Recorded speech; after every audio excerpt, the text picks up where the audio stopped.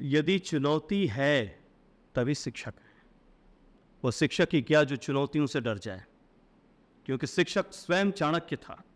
तो चाणक्य जो है वो चुनौतियों को स्वीकार किया, तब जाके उसने चंद्रगुप्त को गढ़ा।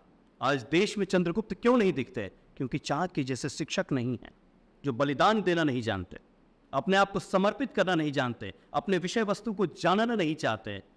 सिर्फ झोले छाप शिक्षकों की वजह से अपनी शिक्षा व्यवस्था कहीं ना कहीं डगमगा रही है।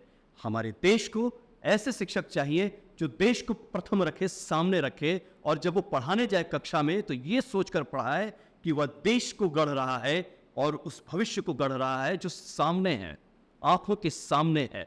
जब इस भाव से आप जाएंगे तो पैसे को दरकिनार करेंगे और दिल से आप पढ़ाएंगे तो नवाचार होगा, नई नई चीजें होंगी, नए तरीके से पढ़ाएंगे। जब आप कक्षा में जाएंगे तो गीत गाकर कविता पढ़ाएंगे, ना कि सिर्फ पढ़ाकर चले आएंगे, है ना। मैं एक साधारण सा उदाहरण देता हूं। मेरा एक विद्यार्थी है, जब मैं ऑनलाइन कक्षा ले रहा था तो उसने कबीर की पंक्तियां थीं, गुरु गोविंद दो खड़े काके लागू पाए, बलिहारी गुरु आपने जिन गोविंद दियो बताए।